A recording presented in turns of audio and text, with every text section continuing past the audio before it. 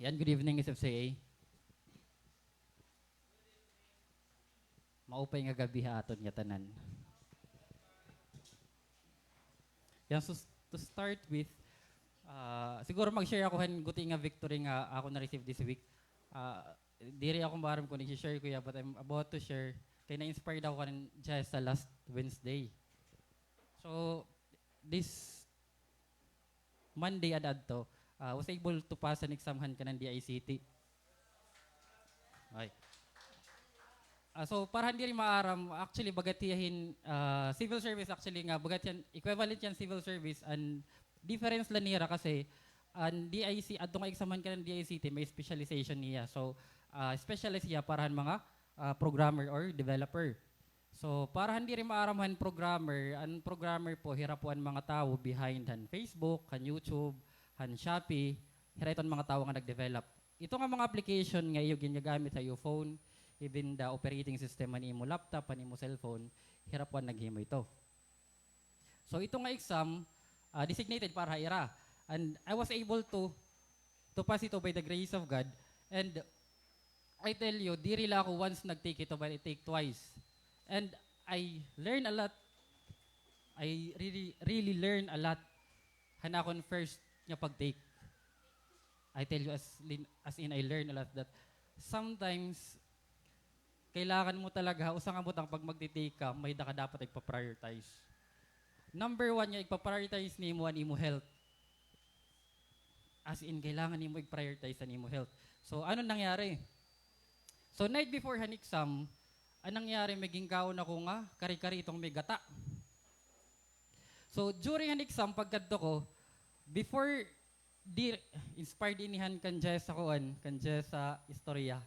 Medyo makarawod ka dudugin niya. Anong nangyari, diri pa nag-start ang exam, naglilinain yan as in real yan nga naglilinain. So dito, han ka ng DICT office, naghasik talaga ako ng sama ng loob dito. Nag-start pala ng exam. Nasiling mo na ako, diri ini maupay. Tapos, during han exam, anong nangyari, as in kalalain naktiyan, diri ako natutuhay. Siyempre, Kristiyano, nagpipray ka man ito, Lord, sige na agad po, yung agad ang sakit na akong tiyan. So, duwa na akong giniisip, na akong tiyan, at the same time na akong exam. So, diri talaga ako natutuhay. Then, umabot ako itohan point niya kung diin gumawas talaga ako ng examination center. Tapos, ito nga nakakuha ka na, naka-quote ka na, nakakalo ka pa, para diri kataguman, pero kay babalason ka talaga ito nga magtaghom. Daw ito pag tumawag nga nito, dalagang ka ng CR. Gawas ako ito ng examination center. Nag-iha ako ngadtuhan CR, as in kay iha ko ngadto na sa rin ako bubuhos ko na lang adi para bumalik nga niya ako kahit papaano, diri na siya takisipon. So bumalik ako ngadto and naging concern ko lang kay ana akong time as in dako aniya na waray and hatag actually 6 hours. Pero kay dako man na akong panahon para na akong tiyan, dito na ubos. Nasa ko, Lord, ano ba inian? Nangyari, ako nalaan, naurhingad to. Nasa naman ako, diri pa ako tapos, nasa naman tagyan niya ako kuhan. Pero ano siya ito, kay tapos naman ang oras. So, nagpasa ko hanguan, hanakon gin-develop nga program. And worst pa ito nga nangyari, kay pagsakay ko van, kay malain lagi hapon talaga na akong pamati, real talaga niya. Gabi na, nabiyahin na, as in na-start pala, nakadal pala Tacloban, waray na ako kiwa-kiwa. Napulot na ako, kay kalalain talaga nakapamati. Pag abot labos-labos ang kalbayog, takay gabi naman at that time, as in, pag labos-labos ang kalbayog, nagpapara na talaga ako, Van, nakasing mo na ako, boss, baray. Malusad ako. Tapos lumusad ako na siling mga ingka, di nalaihi. No ko dirik maihi, dalagan ako doon. Kasi sidman. Ano siya ito, nagpapasalamat ako ang kinabuyan ko ang mga dahon niya nakadto.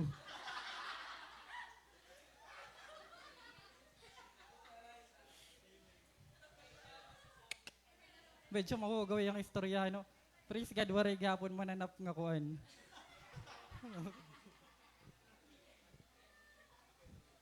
So pagbalik ko itong adtuhan ban, baga nakahinga ako ni Larom. So pag uli ko, sakto nga pag-uli ko, malain lagi hapon talaga naktiyan. As in, LBM nga LBM, real talaga yung nga nangyari. And lahat ng guli ako nakapag-uli.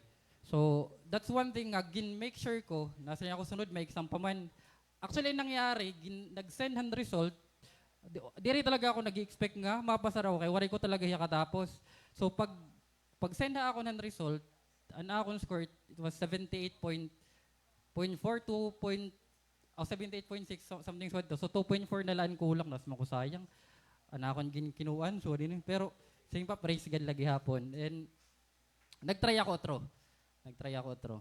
So, this time, nasa ako, make sure kung maupay talaga na akong pamati, nag-take ako ang diatabs before ako kumanto, wari masyado kaonin maupay. Make sure ko na akong pag number one, yung prioritize ko. And siya ito. So, waray na lang akong mag-aram night before, hituhan exam, kay karoy ko kumaturo gin early. So, that would happen. So, pagkita ko nga to, anataghay yung 6 hours man, so mag-start yan 9. So pagkita ko kan pa kaya na goods talaga na akong pamati. Siyempre magpipray ka man ito, kay Kristiyano ka. Ay siya man ito, pero hindi na Kristiyano. Nag-aampo. Pray ako, sige Lord, bago mag-start, ano siya ito. So pagkita ko han mga program kaging papadevelop, now praise God na la ako. Yes Lord, praise God. So dito. And what's amazing kasi, diri pa natatapos di ba 6 hour? 30 minutes pala, diri pa na 30 minutes, tapos na ako no sa nga program. Imagine that for almost 6 hours na mo ginagamit, pero tapos na ako ang duwa nga problem, diri pa nagto 2 hours. So nag-check na lang ako. So karada ako talaga nakasubra nga oras. Nasiringan ako, Lord, praise God ba kaya sila ni mo ginhimo. So I was able to finish an exam. Trim pa, asya ito, nakagpasa ako dayon. Tapos nag-chat ko, Boss Ricky, boss, kumusta ang exam? Nako, praise God la, praise God. Nakagawas ka naman kaaga pa. Nako, siyempre, praise God. So, ganito. So, to make the long story short, ansya na ito, nakakuha ang kita gihapon, nakasabit. Sometimes, you just need to prioritize and kailangan mo lang mag-prioritize talaga. One thing sa rin pa niyo, pag mag-take an exam, and imo presence talaga nga adto ka, usan na ito, dako na ito nga chance nga, mapasar ka. Asay pa kung mawapit imo kuan, kondisyon. So, same yan related actually regarding ito, kasi we need to prioritize something. Yan na, tutudduan kita kung paano kita magtitikang, kung ano dapat naton. Uunahon. So, an aton theme yan na, I guess,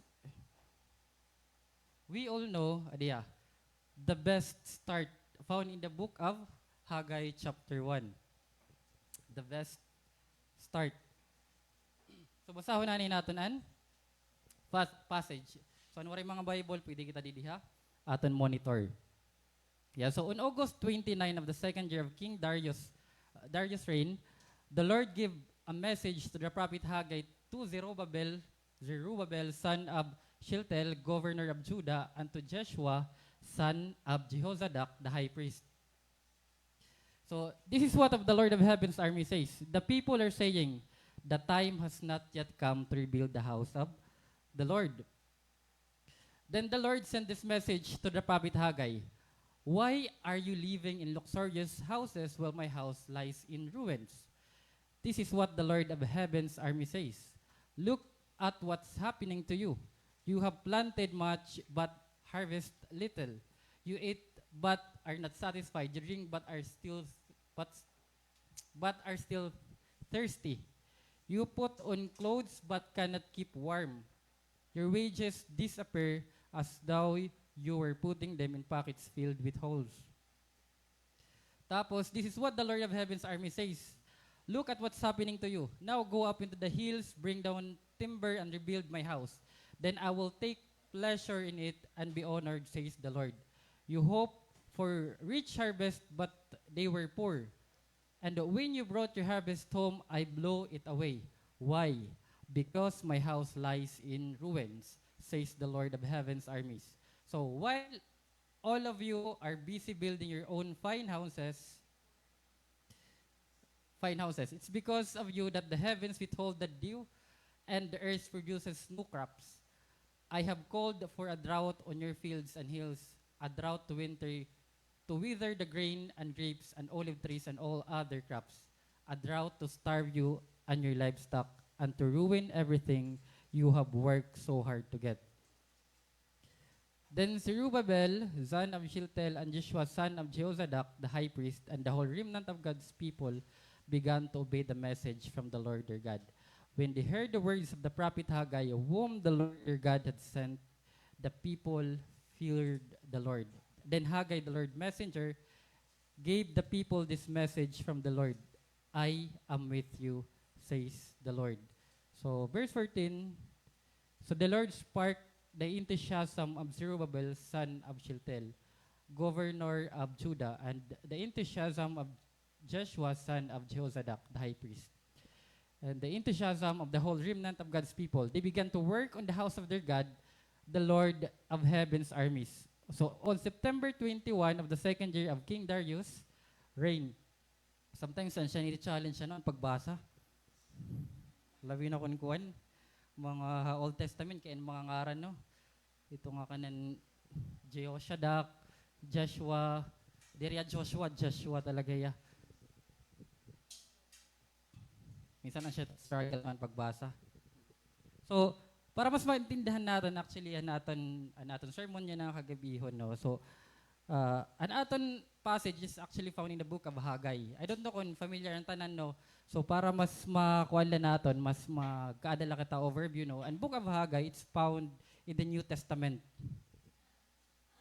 May nagtawa balit. Balit ako Old Testament and book of Haggai, and it is one actually of the shortest book in the Bible. So diri yan shortest but one of the shortest book in the Bible. So it consists only, so may dala niya 2 ka chapter. And book of Haggai may dala niya 2 ka chapter. Chapter 1 lang and chapter 2. Tama? 2 man la, di ba?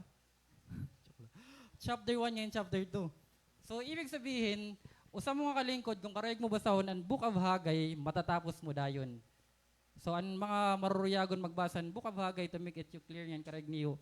Studyhan pa di, pwede ya usa nga lingkuran, pwede kung bagahobyaon ka magbasa, one time big time nga pagbasa. Tapos ito no. So ano nga ba ang content han book of Haggai? You know what? One of the content ang book of Haggai is parehuhan project yan nga dia church. I don't know kung familiar ka mo han project Haggai yan ni SFCA. Ya di ba gina-announce nga ni. So may project Haggai kita nga diha church. So ang content han project Haggai nga dia church, it's to rebuild or build han kuan bago nga simbahan. Either magbilgitan bago nga simbahan o i-rebuild naton ini nga simbahan. So meaning to say, one of the content handbook of Haggai, it's about building the temple of God. So kung nabasa natin kanina, nag-istorya talaga si Lord nga, uy, akon balay, ruba, di rin niyo ginaayos. So dito ito nga project Haggai natin nga DSFC, it was actually inspired in the book of Haggai. Kapita pakaklaro man, Haggai na nga ni, di ba? So, klarong-klaro hiya.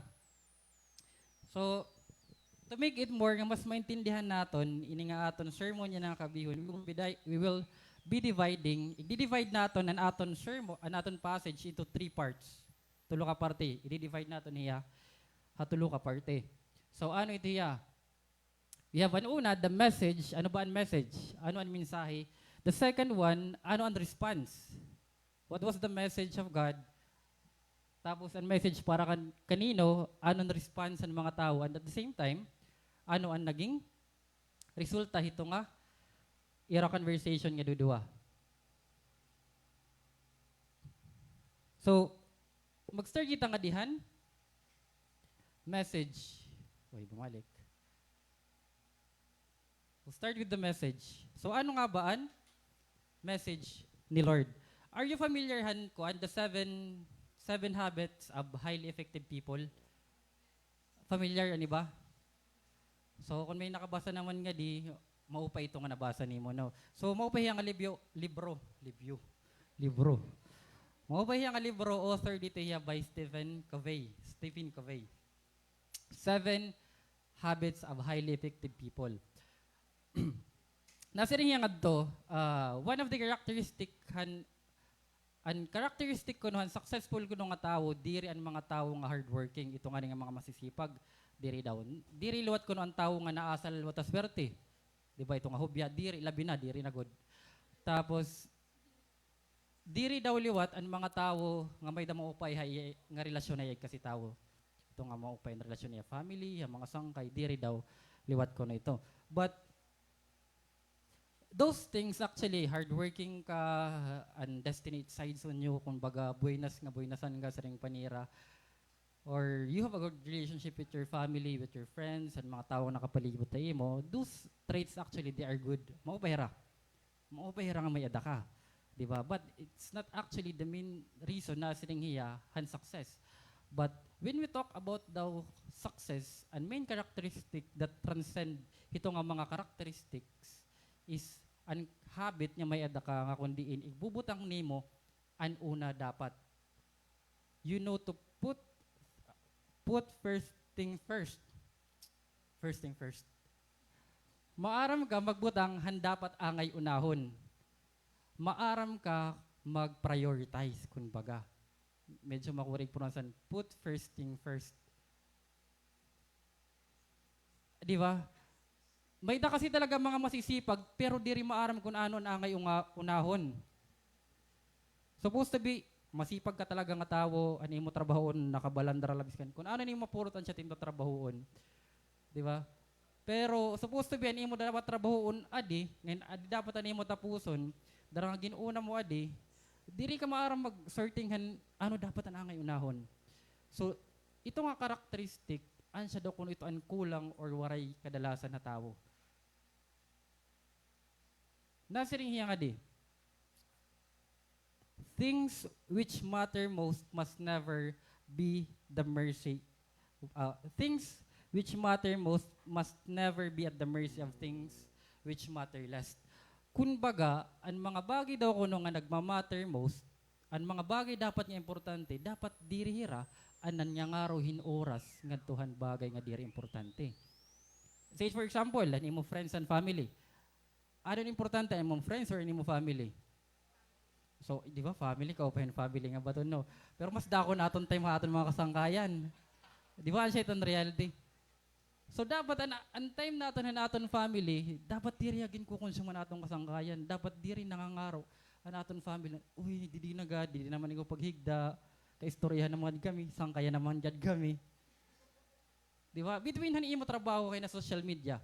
Kasi kita, kuan, ang mga Filipino may pagka-chismosa or chismoso. Mahilig kitan life updates sa mga igkasitawo naton. And that is why, when we choose over work ngayon na social media ang nangyayari, mas dako talaga naton tayong sa social media. Di ba? Ang trabahoon, ay sige, yan nala ito. Tamang scroll ka na. So, an imo mga friends, an maindihan imo mga friends na heart mo na tanan. Fulfilled, di ba? Yan. Fulfilled mo, na-angry ka pa nga to. Paka-angry mo, nagkaaway pa ka mo. So, dapat, maaram ka, hani mo priority.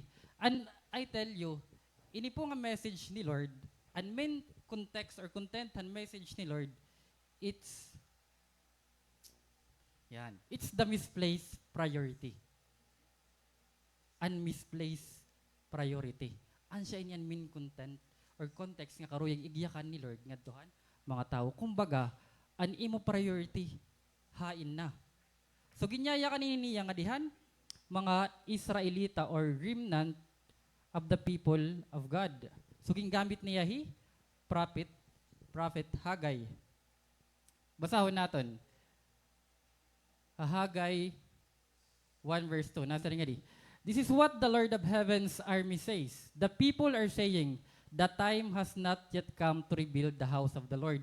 So ang nagyaya kanini, prophet Haggai. So, prophet Haggai nagyaya kanini, pero ini nga message, tikang kan, Lord. So nasiring Lord. Lord kasi, He is everywhere. God is everywhere. He is omnipresent. And inihiya, nabati ang aduhin nga mga remnant of the people of God nga nasiring, the time has not yet come to rebuild the house of the Lord. Diri pa panahon para ayuson naton ang templohan Ginoo. Kasi ito nga time, ang templohan Ginoo, ruba. So ito nga templohan Ginoo, it was built by Solomon, han time ni Solomon. And this time, ruba ang templohan Ginoo. Nasa ring manira. Diri pa ta kay ang Ginoo nang nabati. Diri pa angay tapusan. So adi prophet Haggai ginsugon Ginoo nga igyakan iniha mga kuan, remnant of the people. Pag simirin kasi nga remnant, kuan laguti. Kunbaga habado piece of cloth. Sigun ta 1,000 may adala sigun ta 100 or 10. Few people la. So kuya Nono kay ano nga gutila an mga tao dito. Ito nga time. Remnant of the people of God. Pag simirin ka kasi nga remnant, gutila talaga ito yung nga tao.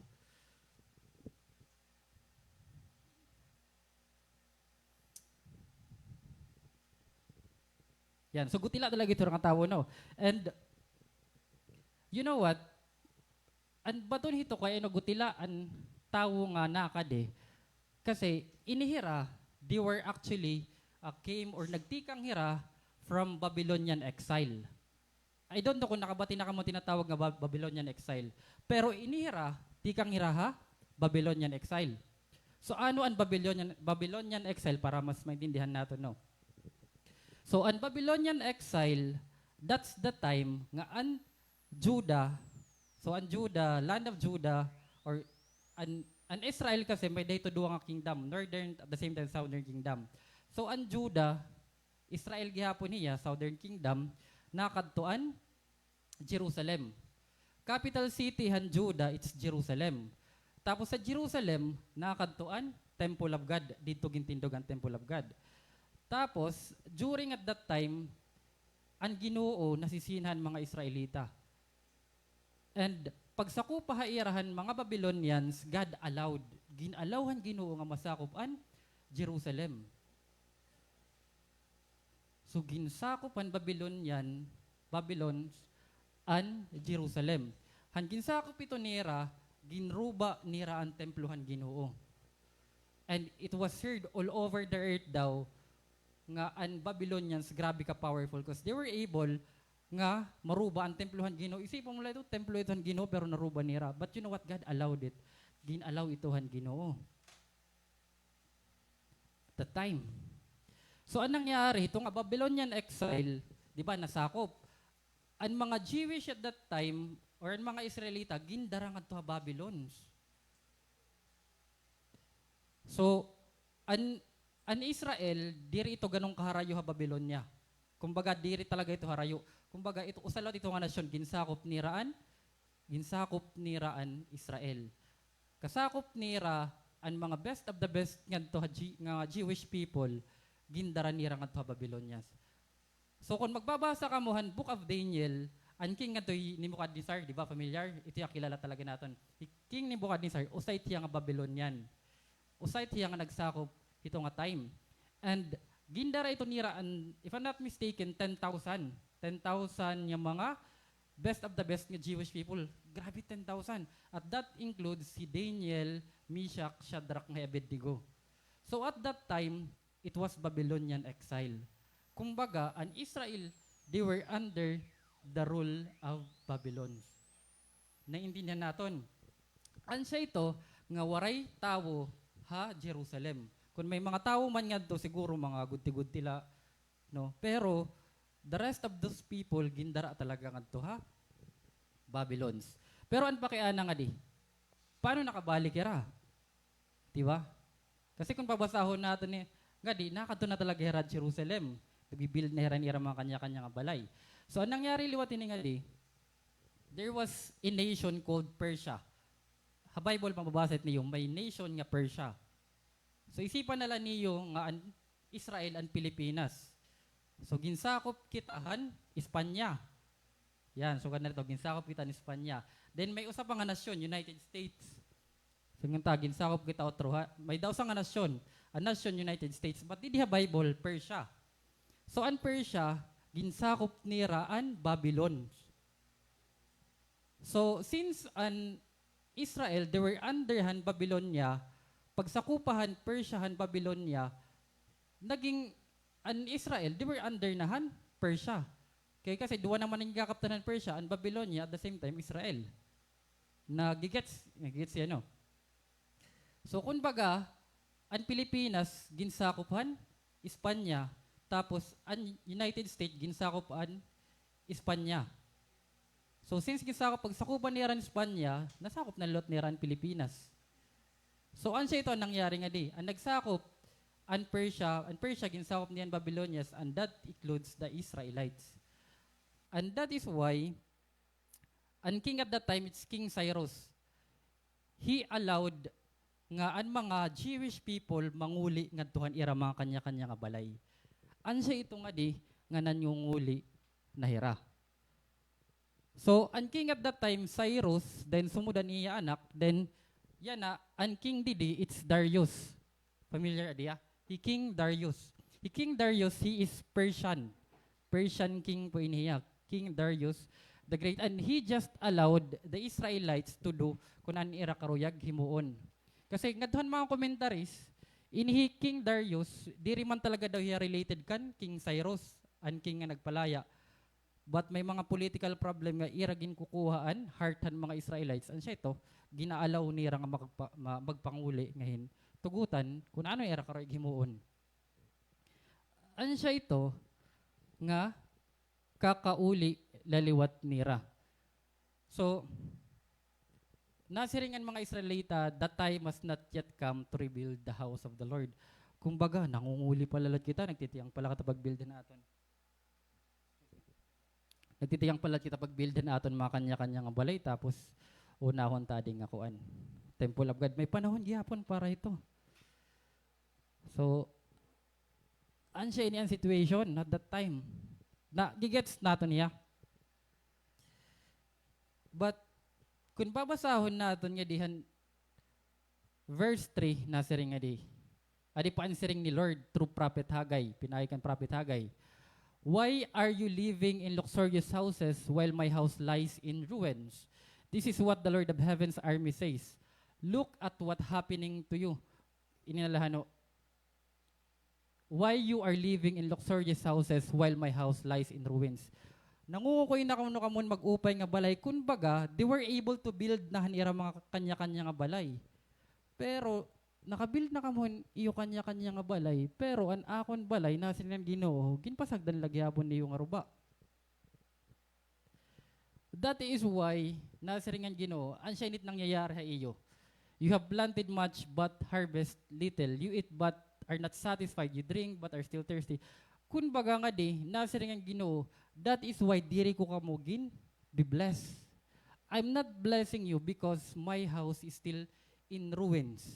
An iyo ginuna, an iyo mga kanya-kanya nga balay. We would actually see nga di, han misplaced priority. Di ba kakaklaro niya? Na anira, the time must not come for the house of the Lord to be rebuilt. So they intended actually to build the house, pero diri pa yan nga panahon. Kumbaga, sige i-build nato ang house ang Ginoo, pero yan na siya ito, unahong kuhanin akong career, unahong kuhanin akong family. Kailangan ko ani unahon mag-travel, basta kailangan ko tak sarili. So, dito. So, nangyayari, we are actually making excuses instead of trying to rebuild the house of God. So, na-neglect actually nira nga di. And to tell you honestly, hiningat time, pag mag-istorya nga na Old Testament, when you talk about temple, pag sumari ka nga nga templohan Ginoo, grabe ito ka-importante haira. The temple of God was the center of their worship. Hangin built ito ni Solomon, ng temple of God, maaram ka mo ang presence ni Lord, or mismo ang Ginoo napakadto. Ginalaw daw lahan Ginoo nga maruba ang temple kasi grabe ang iya kasinahan, kings nga nakadto. Labi na kan King Manase, kay grabe kawi-wicked niya. Nagpinantindogin idols, damon na sacrifice nga mga saring panira Israelites nga kuan, mga innocent blood. Darahi ito nga king. So, the temple of God in the Old Testament was important, pero kung imo kikitaon nga di, bagat waray lahiya. It just doesn't matter. Kailangan ko unahon. I just don't know kung anong situation nga nakakadahan mga isipan Israelita, dala siguro luwatadahan. They were under uh, the authority han kuan Persian or dara nga nakatuhirahan na underhirahan Babylonians for almost 70 years. Di ba kay iha? Siguro ang practice ng Babylonians. But actually to neglect han temple of God or to allow it in ruins, di ba? It's just bagat makaarawod nga ni yung nation nga supposed to be ang temple of God dito nagdudwelan Ginoo tapos diri naton ginaayos, diri nila ginaayos. So it's sad at that time. So that is why kun haaton and no before naton i-build an aton kalugaringon or before naton i-build before kita mag-build na naton career, before kita mag-build na naton family, let us make sure nga na-build na naton ang aton templo. You can build yourself with God, pwede naton lat buligan an simbahan.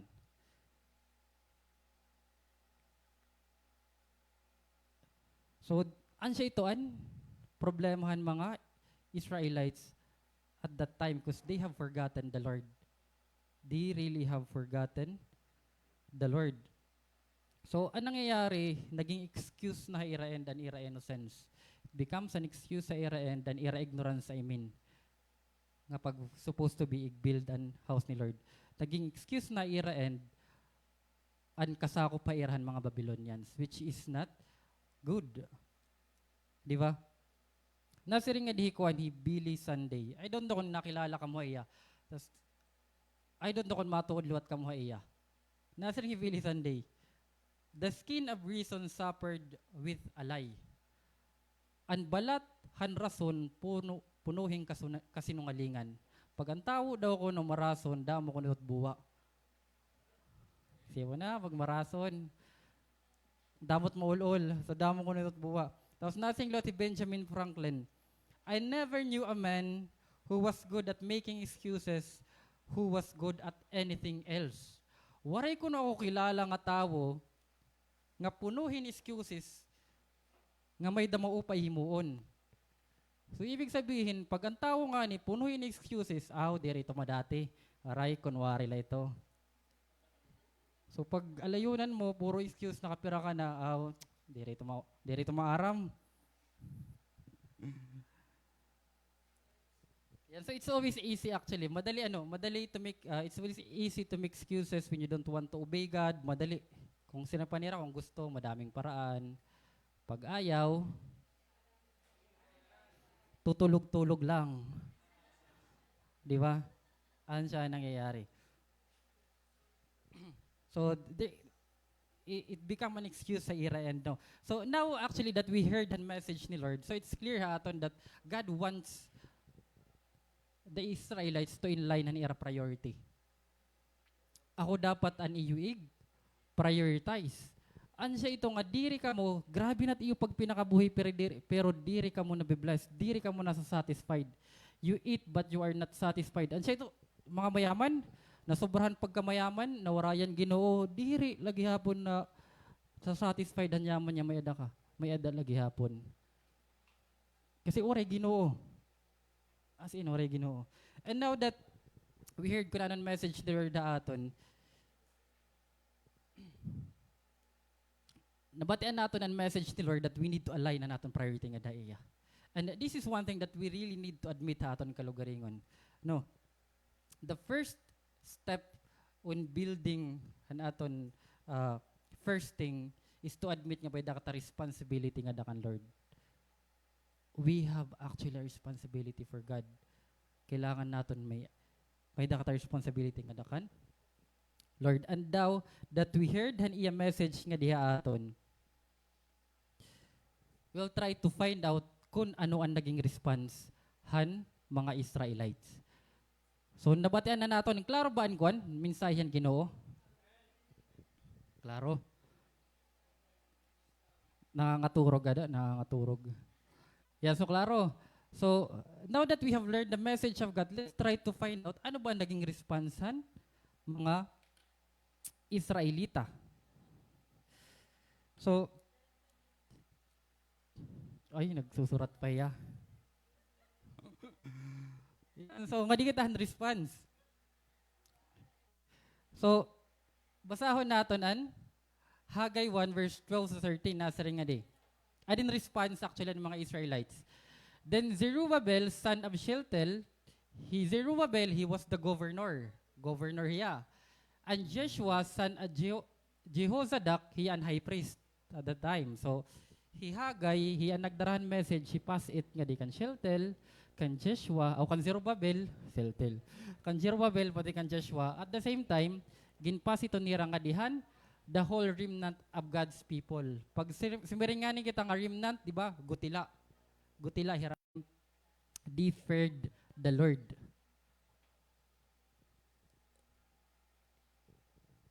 So it was clear ha daw di diha aton passage that the people of God, ining nga remnant, the people of God, they obeyed the Lord.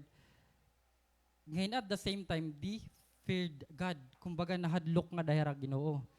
Nahadlok kira nga ton message nga ira nakarawat. But I tell you no. I tell you, inihiya nga na-receive na message or inihirang obedience, the response of obedience hinang mga tao, dirila po ito ang siya nangyari hining nga mga Israelites.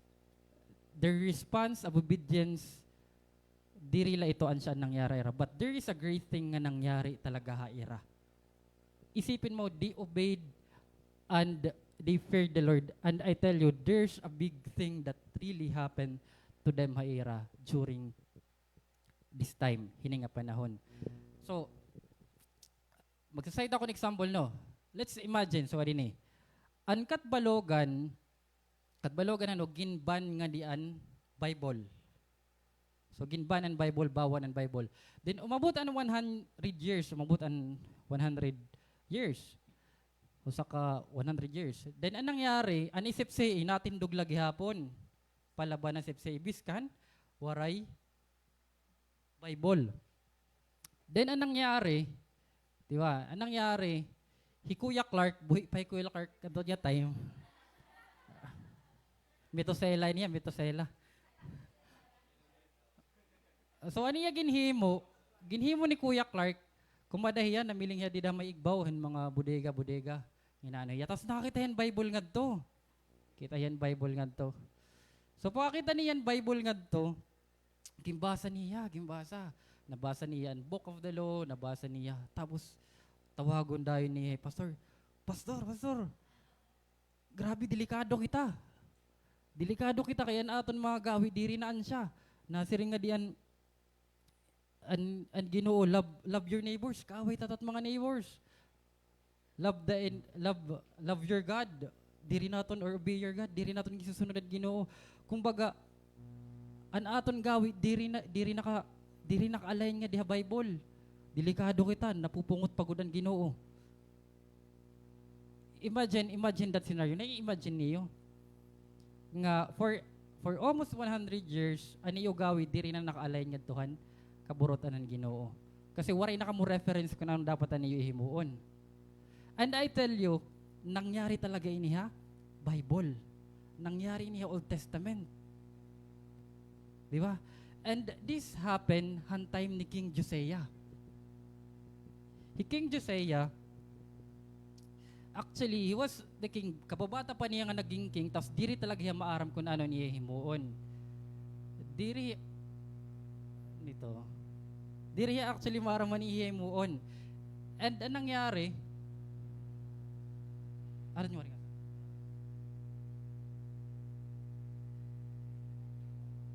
Sige, padayon kita.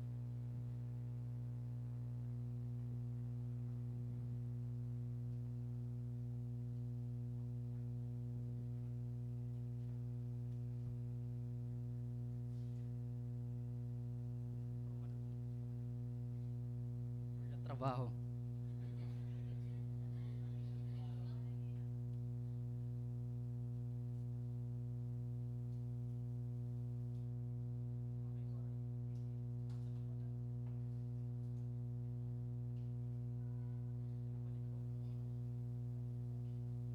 Diri electric pan ko na igbaw.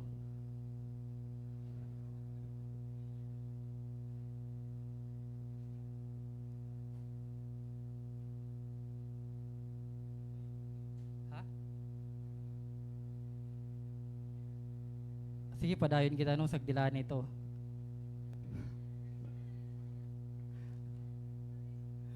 Hay na ba ako to? Nakatuna ko to kan Clark. Yan, so padayon kita no. So nakato kita kan maraming to. Nakakadisma. Yay, amen. So nakato kita kan King Josiah. Yan, so adto actually nga scenario, it happened in the Old Testament han time ni King Josiah. So, King Josiah, kababata pa niya nga naging king, and he really don't know kung ano an iya himuon. Hala ka.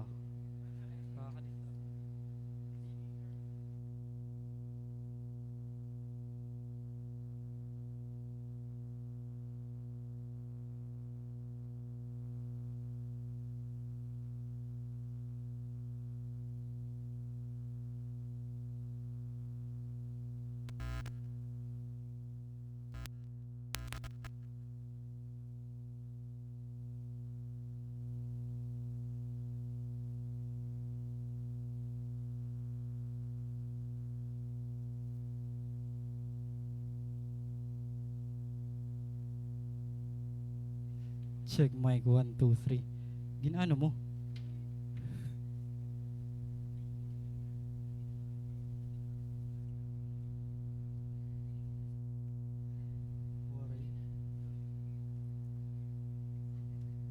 Check mic, check. Check, baga okay naman. Check mic, check. Check mic, check. Check mic. Okay na ito? Okay na.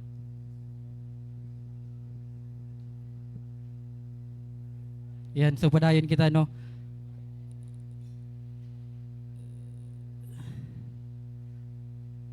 So, hain na ba kita? So, nakadikita kan? King Josiah. Kadikita kan Kuya Clark. So, anong nangyari hadto nga time ni King Josiah? Kasi King Josiah, bata pa talaga hiya. Nga naging king. And he really don't know kung ano niya himuon. So, anong nangyari?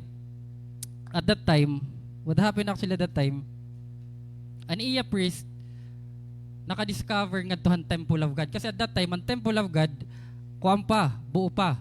The temple of God, buo pa hiya. Tapos, ang iya priest nga to naka-discover hin, scroll. So, nga to, nakasurat ang book of law. So, nasiring ang mga scholar, that was Deuteronomy, nga ira na agian. And, you know what I tell you, ang ginhimo ni King Josiah, he obeyed what was written nga itong scroll. And ang nangyari sa ira, what really actually happened to them at that time, nagkaaday rahin, adiban, true revival. Kahinay. So, it happened nga nagkaaday ran true revival at that time. The time that they followed atong scroll, nagkaadahin true revival. And it's the same gihapon ang nangyari nga dihan remnant of the people of God. The time they received the message through Prophet Haggai, nagkaada hira hin true revival. So ibala ang medium han ways kundi na-receive nira ang pulungan Ginoo. Kunbaga, na-receive nira ang word of God, and remnant of the people, they received the word of God through Prophet Haggai. And kan King Josiah naman, na-receive niya ang word of God, pinaagi nga scroll nga era na basa. And I just want to emphasize nga dihan life ni King Josiah. And I really tell you, diri talaga yung maaram kung ano niya gihimuon as a king.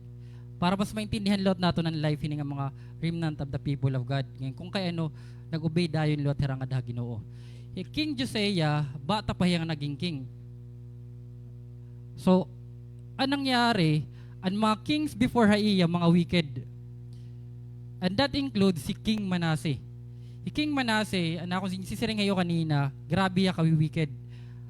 Ang mga ginruba before nga, statue ni Baal, pati mga human offerings, iya ito gintindog or iya ito ginhimo. And grabe ito ang kapungutan ginawa iya. So, gincourse ito ni Lord, Manasseh. And at the same time, kamatay ni Manasseh, ang sumunod ang iya anak ki Amon. Amon, same gihapon, wicked king gihapon niya. Kung anon gawin ni Manasseh, sugad gihapon niya.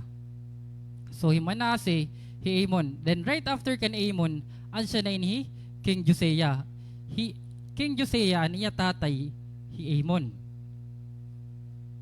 Amon an iya tatay. So ano dapat ang himuon ni King Josiah? So he would do the same kung ano ginhimuhan mga nauna nga king. But it turns out that King Josiah naging different iya. That time that they found out han scroll, ito nga scroll nga Book of the Law, grabe ang trouble nga iya naramdaman. As in trouble niya nga naramdaman, no? An iya nga ni ginhimo kabasa niyan scroll, gintorn niya niya robes, iya ginruba, iya ginutod. Tapos kung babasahon naton nga diya 2 Kings 22:13 nasaring nga di. Ginsugod dayon ni King Josiah an iya priest nasaring maniya. Go inquire of the Lord for me and for the people and for all Judah concerning the word of this book that has been found.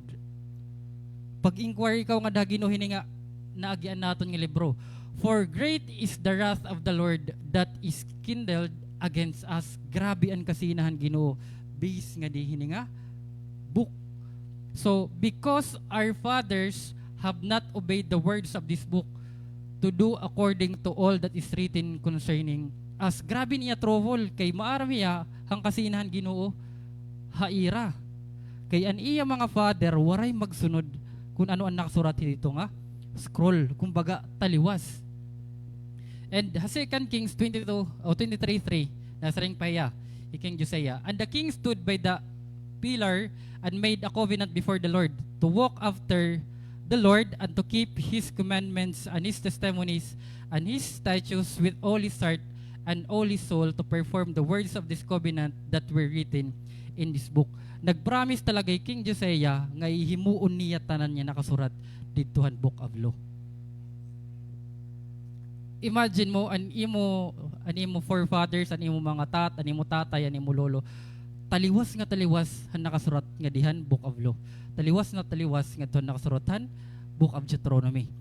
And this is the best thing nga ginhimo ni King Josiah. Nasaring man ni King Josiah.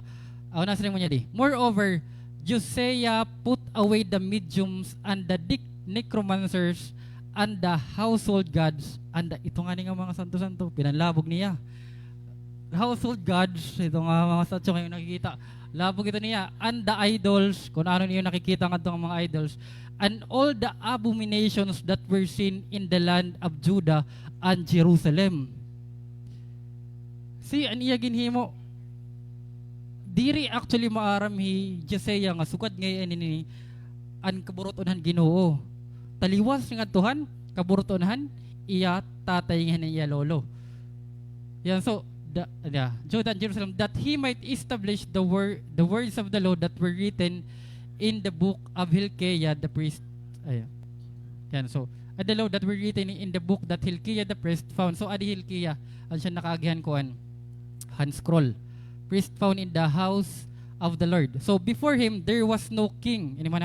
Before him there was no king like him who turned to the Lord with all his heart and with all his soul and with all his might. So according to all the law of Moses, nor did any like him arise after him. Isipin mo, there is no other king nga nag-arise nga righteous maliban lakan King Josiah. You know what happened din Ang sumunod nga di an iya anak naging wicked. Kasi I tell you, he Lord, gini-stop niya ang course anay nga tukan King Josiah, but it doesn't mean stop it nga tugyapan ng generation niya masunod. Kay kasi, he was about to fulfill it, darahan ginhimo ni Manasseh, as infirm talaga ang Ginoo dito. And that is why ang nangyari, ang sumunod din niya, ang iya anak, wicked gihapon. Then after han iya anak, it was Jehoiakim, ang sumunod, and that was the time nga nagkaadahin Babylonian exile. They were under the Babylonian exile after ito. So di kita maaram may mga wrath of God nga yara ma-receive. That is why they followed here.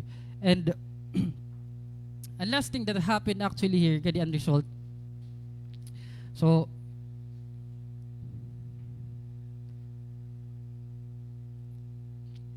the result here gani babawasan naton. Actually ini hakuan na ini Hagay 2. Chapter 2 na. Nasa ring Lord. Think about this 18th day of December. 18th day of December, the day when the foundation of the Lord temple was laid. Think carefully, I am giving you a promise now while the seed is still in the barn. You have not yet harvested your grain and your grapevines, fig trees, pomegranates, and olive trees have not yet produced in their crops. But from this day onward, I will bless you. Grabe niya. Grabe niya nga kuha niya. Message ni Lord, ha? Hini nga mga Israelites. So, ang ginhimo, di ba, we actually hear the message of God. Ang message ni Lord, it's the misplaced priority. So, anong ginhimo? Ang response ng Israelites, gin-obey nira, ginayos nira, nag-aadahiran revival para ayuson ang mali nira nga gawi. And I tell you, it become tangible itong nga obedience nga dakan Lord when the temple of God was, and foundation of the temple of God was laid. So, considering nga din situation han mga Israelites, they were defiled. Sumiri nga nita nga defiled, sinful. Magpakasasala ini nga mga Israelites. But, I tell you no, this is the amazing thing here, actually nga nangyari. But as soon as the foundation of the temple was laid, ginya kanini ni Lord. Ginlilaid pala ang foundation, ginbless na hera ni Lord. Ansya ini nangyari. Di habuk kabahagay, di rin mo mababasa nga di nga natapos talaga ang temple of God. Ang foundation lugod na butang, kumbaga mga harigi. But the temple of God was not actually, di rin natapos nga di. Natapos siya dito book of Ezra, 4 years ago pa. But the Lord promised nga di that I will bless you onward. Sometimes kailangan laada natin tikangan, di ba? Di rin man kailangan tapos dayon. Kailangan laada tikangan.